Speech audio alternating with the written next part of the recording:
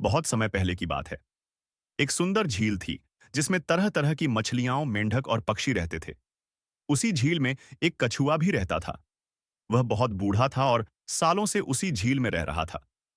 कछुए का स्वभाव अच्छा था और वह सबका मित्र था। झील के किनारे अक्सर दो सफेद हंस भी आते थे। हंस और कछुआ अच्छे दोस्त बन गए थे। तीनों मिलकर घंटों बातें करते। हंस पानी पर तैरते और कछुआ किनारे बैठकर उनकी बातें सुनता।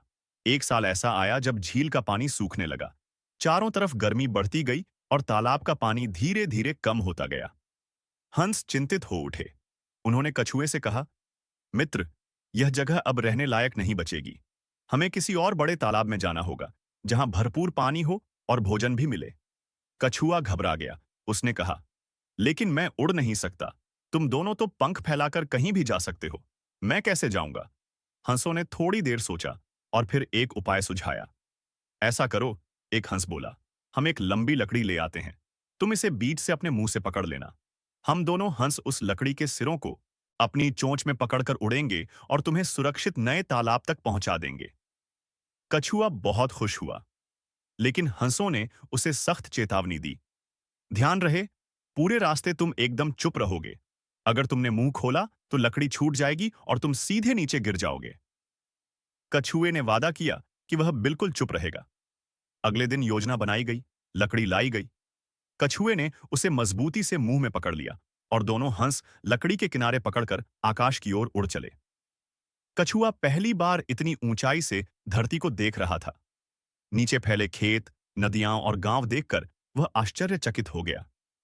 मन ही मन वह खुश हो रहा था कि उसके मित्रों ने उसे बचा लिया। जैसे ही वे एक गांव के ऊपर से गुजरे, नीचे खड़े कुछ लोग इस अजीब दृश्य को देखकर हंसने लगे। वे जोर जोर से चिल्लाने लगे, देखो देखो, हंस एक कछुए को उड़ाकर ले जा रहे हैं। कितने लगे। कछुए को यह सुनकर बहुत गुस्सा आया।